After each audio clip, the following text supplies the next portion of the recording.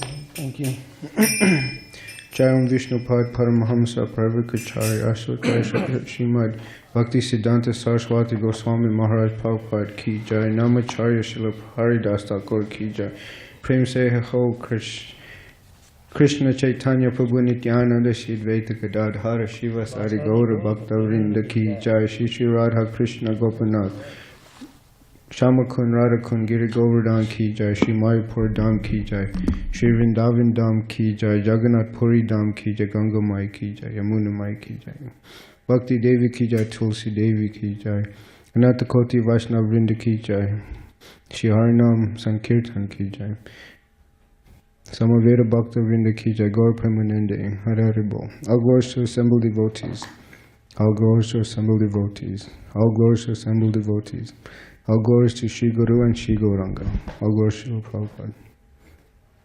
So today, I thought about speaking on Bhagavad Gita, chapter 15, text 8. So I'll read the Sanskrit. Shariram yad avapnoti yachapyukarama itishvara krita vaiktani samyati vayurgandan ivasyatat. Translation and purport by His Divine Grace, Srila Prabhupada. The living entity in the material world carries his different conceptions of life from one body to another, as the air carries aromas. Thus he takes one kind of body and again quits it to take another. Purport. Here, the living entity is described as Ishvara, the controller of his own body. If he likes, he can change his body to a higher grade, and if he likes to move to a lower class, and if he likes, he can move to a lower class. My new independence is there. The change his body undergoes depends upon him. At the time of death, the consciousness he has created will carry him on to the next type of body. If he has made his consciousness like that of a cat or dog, he is sure to change to a cat's or dog's body. And if he has fixed his consciousness on godly qualities, he will change into the form of a demigod. And if he is in Krishna consciousness, he will be transferred to Krishnaloka in the spiritual world and will associate with Krishna. It is a false claim that after the annihilation of this body, everything is finished. The individual soul is transmigrating from one body to another, and his present body and present activities are the background of his next body. One gets a different body according to karma, and he has to quit this body in due course. It is stated here that the subtle body, which carries the conception of the next body, develops another body in the next life. This process of transmigrating from one body to another and struggling while in the body is called karshati, or struggle for existence. Om Jnana Timarandasya Jnananjana Shalakaya Chakshurunmilutam Yena Tasmai Shri Gurave Namaha. I was born in darkest of ignorance, but my spiritual master opened my eyes with the torchlight of knowledge. I offer my humble obeisances unto him and all members of Sri Parampara. So this reminded me of a story. There was once an old man. He was guarding the front of this village. And he would see the different people that would come and go in this village. So there was this one traveler. He approached the old man and he asked him, "How are the people in this village?" So the old man said, "How are the people from your village that you came from?" So this traveler, he said, "The people in my village, they were all rotting. They were not very nice. They were unkind. They were liars. They were backstabbers." He had a very negative view on the village he came from. So this old man, he said the same in this village. So this traveler, he entered the village very angrily. A few moments later, there was another traveler that came by. And he asked the same old man, "How are the people in this village?" So the old man asked him back, "How are the people from the village you came from?" So this next traveler, the traveler he was speaking to, he says, "The village I came from, they were very kind, they were loving, they were trustworthy. They possessed all good qualities." And then he asked the old man, "How are the people in this village?"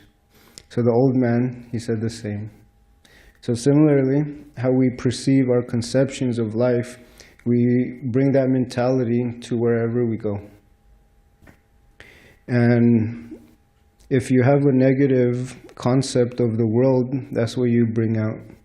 You can't give what you don't have. So if your heart is full of envy, jealousy, hatred, that's how you're going to see the world. There's a thing called the lens principle. So however you see the world through your eyes, the lenses of your eyes, that's how you see things. Just like if someone is very much into fashion, the first thing he will notice is how people dress, what type of brands they wear. And if someone is very much into hairstyles, the first thing he'll notice is the hair on people's head. So the lens principle applies. And there's another saying, and it describes Kali Yuga. There's 3. People spend money that they don't have to buy things they don't need to impress people they don't like. So I'm going to say that again. People spend money that they don't have to buy things they don't need to impress people they don't like. So what does this mean?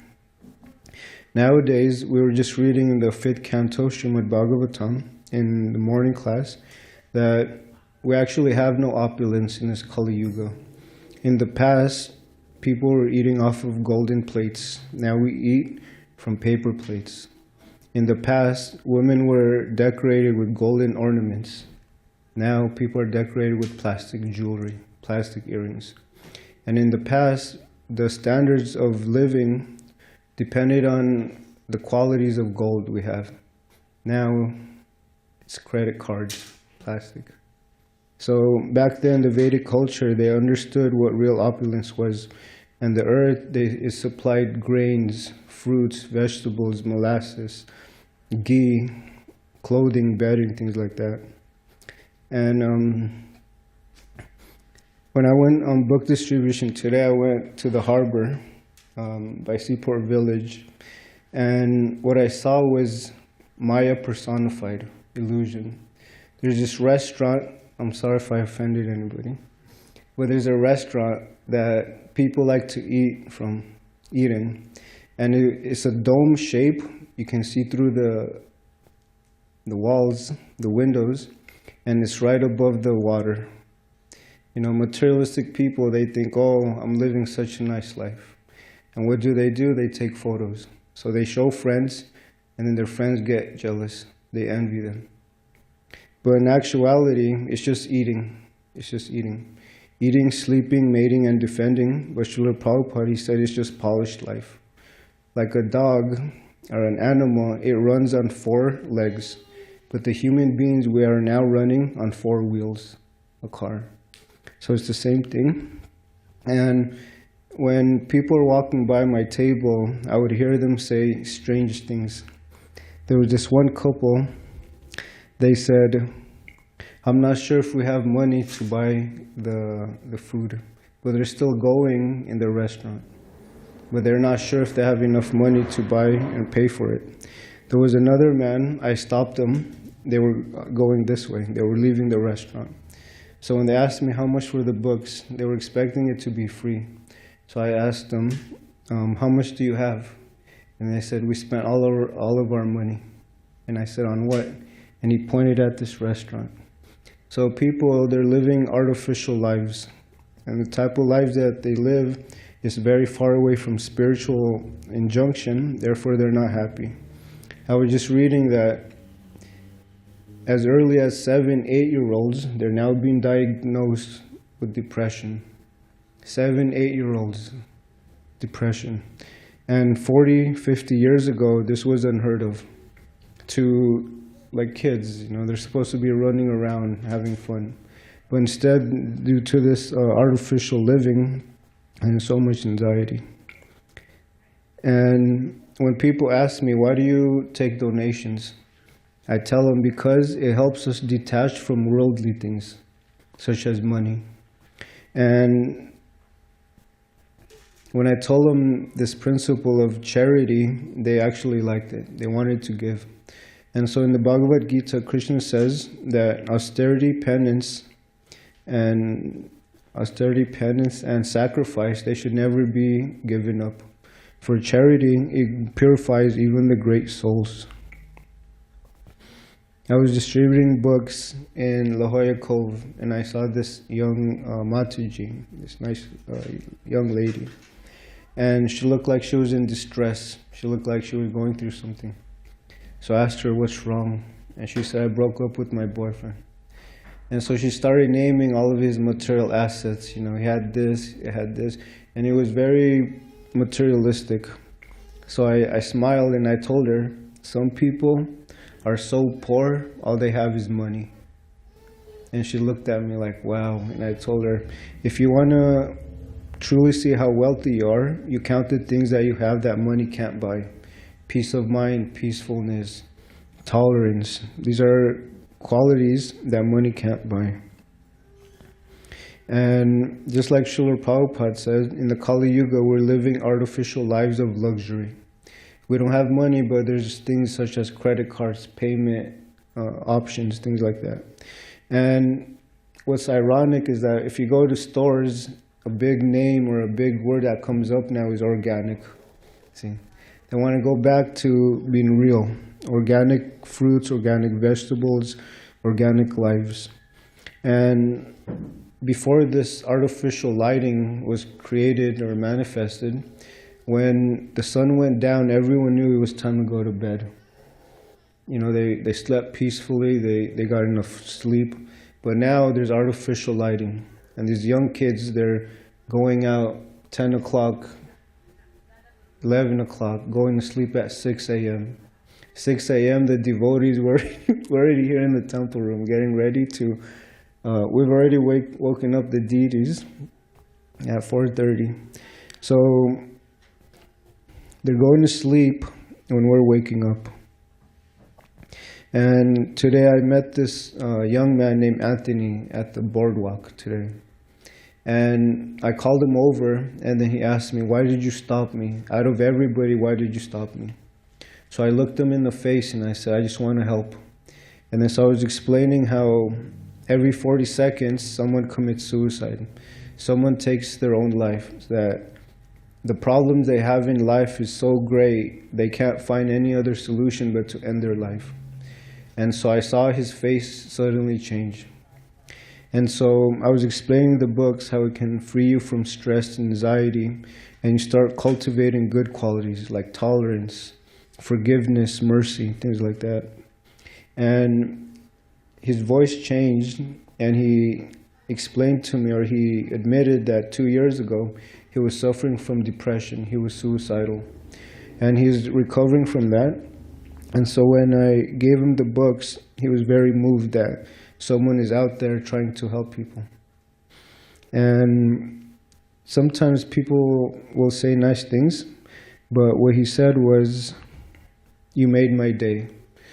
And so I started doing this today in book distribution. When people don't have money, if they can't give a donation, I'll give them a small book. Perfection of Yoga, Beyond Birth and Death, Spiritual Yoga, or Easy Journey to Other Planets. And after they take the book, I tell them, I have a humble request. They say, what's that? I tell them, every day, try to perform one random act of kindness. So they smile, and I told them it can make a difference. Because if someone's having a bad day and someone offers to help them, it actually makes a big difference. So that's what we're trying to do. There's another saying that every man is the architect of his own destiny. So what does this mean? Does it mean that we can do whatever we want and not expect the results? No. Karma has its... Srila Prabhupada explains that karma behaves like fire. And when an adult touches the flame, the adult gets burned, even if he knows it. And a poor, innocent child, ignorant of this fact, when he touches the flame, he also gets burned. The fire doesn't discriminate. So similarly, whatever we do, karma and reincarnation will act. It's a law, Krishna's law. And so Krishna is fully independent. He can do whatever he wants. And since we individual souls, we are part and parcel of Krishna. So we have minute independence, and that's called free will. So then, with our free will, what are we doing with it? How serious are we going back to Godhead? Or do we still feel like we have something important, some important business here in this material world? We were just reading in the 12th canto that this Kali Yuga, the more it progresses, the worse it becomes. People will be, the earth, Mother Earth, she will not provide any grains, any fruits in the future. Therefore, a lot of people are going to start killing their own family members to start eating them. So we don't want to take birth when that time comes. We want to leave. Not only that, but we want to leave and bring as many people with us as we can. That's an act of kindness. It's the best welfare work. And when I was at the harbor today, I saw many different age groups, many different people from all walks of life. And I would sometimes see elderly couple, they would be there. And I saw a very sad scenario today. The man, he was wobbling. He looked like he was about to tip over. But what was he doing? He was still trying to enjoy his senses. He didn't know that death would come for him any moment, but he's still trying to enjoy. And they were dressed very nicely. You can tell they're very proud of what they've done in this life. But in the Bhagavad Gita, Krishna says, Sarva Mityu Sarva Harashchaham, meaning that I'm all devouring death. And at death, everything gets taken away from us. Our wealth, our position, our title, our friendships, our family. So there's nothing to be proud of. And actually in the Bhagavad Gita, it describes that the first item of knowledge is humility. But how many people are out there right now are humble? And Krishna says that these well-educated people, Their intelligence is actually being stolen by Maya. You know, when I ask people, what do you do for work? When I go on book distribution, they would tell me, oh, I'm a teacher, I'm in the Marines, I'm in the military. And I tell them, you seem very intelligent. Can I ask you a few questions? And they say, yeah, sure. So I ask them, what is the goal of life? What is the difference between a living body and a dead body? Why are there so many different species of life? And they can't answer these. But Srila Prabhupada, out of his kindness, out of his mercy, he took the time to explain all of this to us. And Srila Prabhupada, he said, I gave buckets of blood starting this movement. Buckets of blood. We can't imagine the type of sacrifice that Srila Prabhupada has done starting ISKCON. And so we have a debt actually to repay Srila Prabhupada for all of his hard work. And that's through book distribution, prasadam distribution, try to bring them to the temple. Because in our scripture it says, anyone that chants Krishna's name once, Krishna writes it down on a notebook. So if you can just get them to chant Krishna's holy name once, it'll be worth it. And these elderly people, the reason why they are wasting time is because they haven't cultivated spiritual life in their younger years. They waited till it's too late. They haven't had any association of devotees.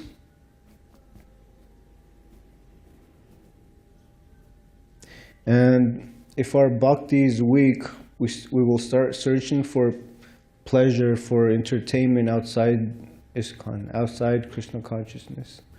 So if our bhakti is strong, we don't want to go outside because we know what is outside. It's full of danger. Padam padam yat vipadam natesham. In every step there's danger. And I was explaining in my class on Friday in Bhagavatam that there's this old cartoon.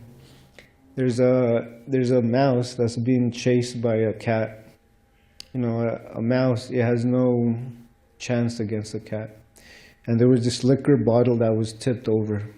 And the bottle was open. So this mouse, it got 1 or 2 sips of this alcohol. So this mouse, the next picture showed him puffed up. Where's that cat? You know, like it's going to do anything. So when he was intoxicated, he thought he was the king of the world. He was invincible. So similarly, when we living entities are intoxicated by material pleasure, by material achievements, we forget the biggest illusion, which is death. Death can come at any moment, so we shouldn't wait.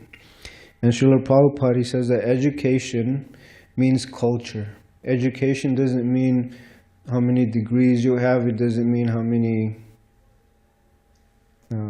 women you've slept with. It doesn't mean how many different plants you can name. No, education means culture. And Srila Prabhupada, he would always quote Chanakya Pandit. And he says that culture means when you see a woman, you should see them as a mother. And when you see other people's property on the street, you leave it alone. You see it as no better than straw on the street or pebbles. And when you see people suffering, you should see that their suffering is also the same for everybody else. So you should help them. So that's culture. And just like in the purport, it was saying how sometimes we can get better bodies or sometimes lower bodies. And Srila Prabhupada, he would explain that according to our karma, we could either get a good apartment or a bad apartment. Sometimes we don't have enough money to get a nice apartment, so we have to deal with a not so good one. So similarly, sometimes we take birth in a good family, and sometimes we take birth in a very bad family. But we can't blame anyone except for ourselves. Karma, it's up to us. We can't blame our mother, we can't blame our father. It's up to the living entity. But actually, I was just telling someone that when marriage comes, conception should start even before the child is born. They should purify their mind, their consciousness, so that that consciousness carries over to the child, and they have nice children. Nowadays, people are having children out of lust, and what are they doing? They're running around, misbehaving, and sometimes the children can actually become enemies of the family. They're taking all of the wealth from the parents. They're very disrespectful. They're ungrateful. So many things. And so, if you can imagine, they say that the children of today, they're the future of tomorrow. And when you see these children, they have basically no good qualities. They don't want to listen to authority. They just want to play all day. There's no impetus to learn. And I'll say some Sankirtan stories. I was at Balboa Park, and I was speaking to this lady, and I was explaining the books, how they're wonderful, how they changed my life, and how it would be very beneficial for her to take. So I was wearing my hat from Balaram. It said Goloka on it. So she asked me, what does that mean, Goloka? So I told her, that's the spiritual world, that's our home. So I was explaining to her that in Goloka, we're always playing with Krishna. There's no disease, there's no old age, there's no birth, there's no death. And so I was explaining to her how the rivers are made out of nectar, there's desire, wish-fulfilling desire trees, whatever we would like, it'll supply it. And life there is eternally blissful, full of knowledge. And after she took the book, she smiled and she said, I'll see you in Goloka. So it was nice. And sometimes when I meet people, they have very nice occupation. So I met this couple, they went from here, they were from Las Vegas. And the man, he was a financial advisor. And the woman, she was a life insurance agent. So it was a perfect combination. So I turned to the man and I asked him, if you make billions of dollars, how much would you be able to bring with you in your next life? And he looked at me with big eyes and he said nothing. I told him, not even a penny. So then I turned to the lady and I said, you're a life insurance agent? She said, yes. So then I asked her, is tomorrow guaranteed? And she said, no. So we can't bring our wealth, and tomorrow is not guaranteed. So we should take Krishna consciousness very seriously. When I told them these questions, when I asked them the questions, they really liked the conversation. We ended up speaking about 10-20 minutes, and the gentleman, when I asked for a donation, sometimes people give $5, $10, he gave $50 for a set of maybe 6 books and a Bhagavad Gita. And he shook my hand and he said, this is the best conversation I've ever had. Because people need to be reminded of these facts.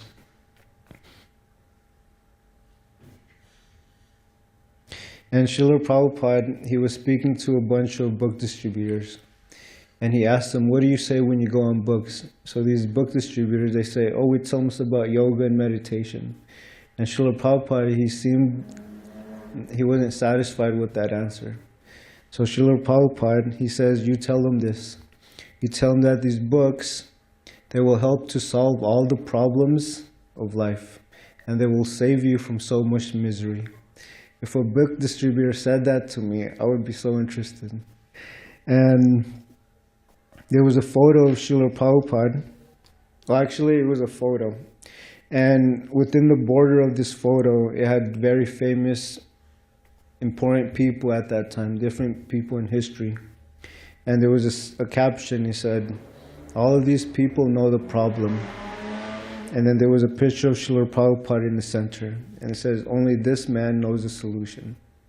So everybody knows that the world is chaotic. It's full of cheaters. Everything is munda, bad, lazy.